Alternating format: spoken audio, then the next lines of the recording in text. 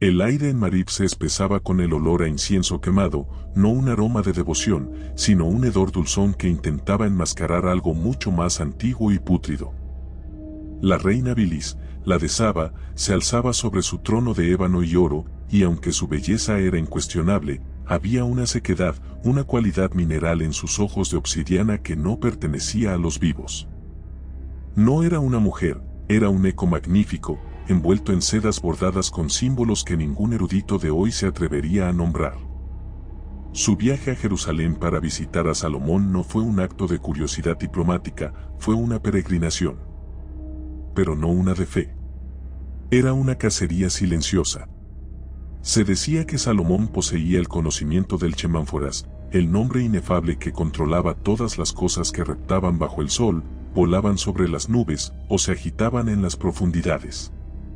Un conocimiento que una monarca con sus peculiaridades anhelaba más que el oro y la mirra de su reino. Desde el primer momento en que sus sandalias tocaron el mármol del palacio de Salomón, una sombra gélida cayó sobre la corte.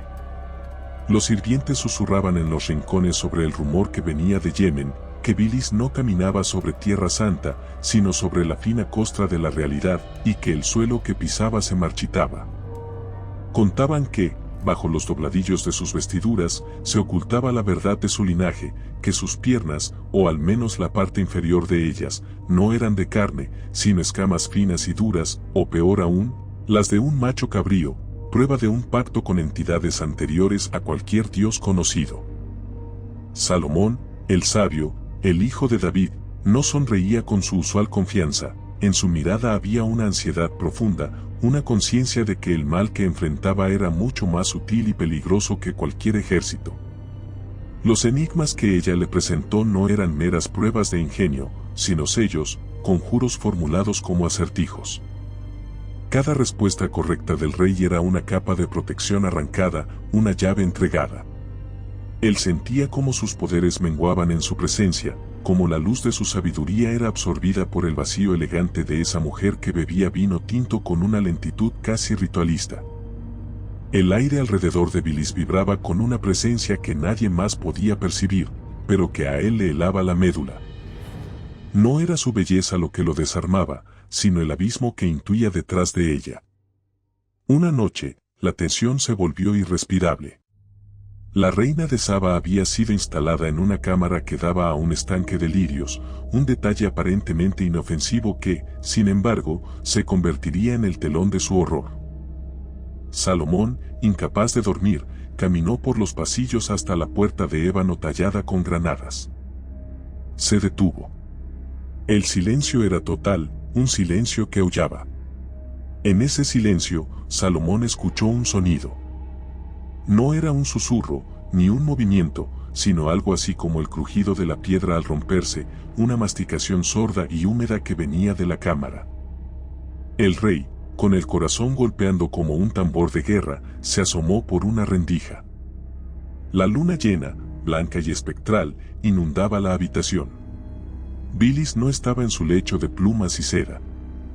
Estaba de pie junto al estanque, pero no de la forma en que un ser humano se para. Su figura, por un instante aterrador, se había alargado y distorsionado. Las sedas habían caído, revelando no unas piernas de escamas, sino algo peor. La luz de la luna delineó sus extremidades inferiores como dos pilares óseos y retorcidos, cubiertos por una piel que parecía pergamino viejo y terminando en pezuñas bifurcadas, negras y brillantes. Pero lo que la reina estaba haciendo era lo que paralizó al gran rey, lo que rasgó el velo de su cordura. Bilis se inclinaba sobre el estanque, no para beber, sino para comer la reflexión. El agua no era agua, era un espejo de oscuridad. Y ella no bebía. Mordía. Llevaba a sus labios lo que parecía ser su propio reflejo líquido y negro, tragándolo con deleite, una lenta y espeluznante absorción de su propia imagen. Cada vez que Bilis engullía la oscuridad del estanque, un brillo maléfico, un relámpago fugaz y dorado, cruzaba sus ojos, y la sombra en la cámara se hacía más densa. Salomón retrocedió, el terror petrificando cada músculo. Entendió entonces que no era una mujer, ni una hechicera, sino una forma, un receptáculo, una criatura devoradora de esencias. Ella no quería su oro, ni su amor, ni su reino. Quería su nombre. El poder para moldear la realidad que residía en la boca del rey. Y la estaba debilitando con cada acertijo, con cada mirada, absorbiendo su fuerza, alimentándose de la luz de su alma a través de la tensión y el miedo. El clímax de esta visita no fue una gran revelación pública. Fue un encuentro silencioso y final en la sala del trono, un día antes de que ella partiera. Bilis estaba vestida con un manto que parecía absorber la luz. Salomón, pálido y demacrado, se sentó frente a ella. Él había intentado todas las protecciones, todos los sellos, pero la criatura era más antigua que la ley, más antigua que el juicio. «Me voy, rey Salomón», dijo ella, su voz suave como arena cayendo, pero con un matiz de satisfacción insoportable.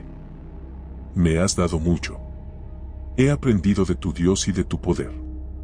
Salomón no pudo responder, su garganta seca con un horror que superaba la muerte. Su mirada estaba fija, no en su rostro, sino en el brillo inusual de su anillo. Su anillo. El que portaba el sello, el que controlaba a los Jinn. El anillo que nunca se quitaba. Ella extendió su mano, enguantada en cuero blanco, y con una lentitud nauseabunda, reveló lo que llevaba en su palma. Era el sello de Salomón. No una copia, sino el original, el que había desaparecido misteriosamente de su mesa de noche hacía 3 días. El rey sintió un vacío vertiginoso en su pecho, el desgarro de su propia esencia siendo robada. ¿El agua estaba fría?, preguntó Bilis, y en esa simple frase, en su tono burlón y final, el horror se hizo carne. Ella no había tomado el anillo. Lo había absorbido de él, como la noche absorbía la luz. El estanque de lirios no era un simple estanque. Era un portal, y al devorar su reflejo, ella había estado consumiendo trozos del alma y el poder de Salomón. El rey supo, con una certeza fría y abrumadora, que aunque su cuerpo sobreviviría, el que había sido, el sabio, el poderoso, había sido vaciado y robado, reducido a una cáscara para el resto de sus días. La reina de Saba se levantó, revelando por un instante un brillo escamoso bajo el borde de su túnica. Una sonrisa espeluznante y depredadora curvó sus labios. Dio media vuelta y salió de la sala del trono, sus pasos sin peso, sin sonido, como si caminara sobre una alfombra de espectros. Cuando los sirvientes se atrevieron a entrar, encontraron a Salomón sentado, mirando fijamente la pared. Ya no era el rey sabio y terrible. Era un anciano vacío, con un agujero en el lugar donde había estado su grandeza.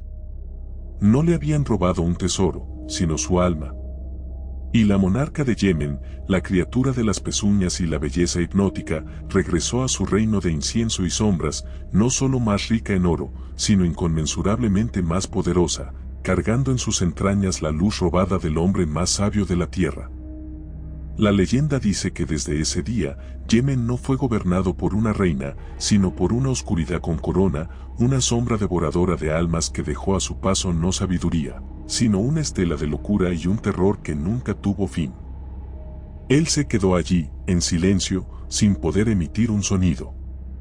Su sabiduría, su poder, todo había desaparecido. Solo quedaba el miedo. Y así se quedó, hasta el final. Si te gustó el video, por favor dale me gusta y suscríbete al canal, esto nos ayuda a seguir contando historias. Gracias.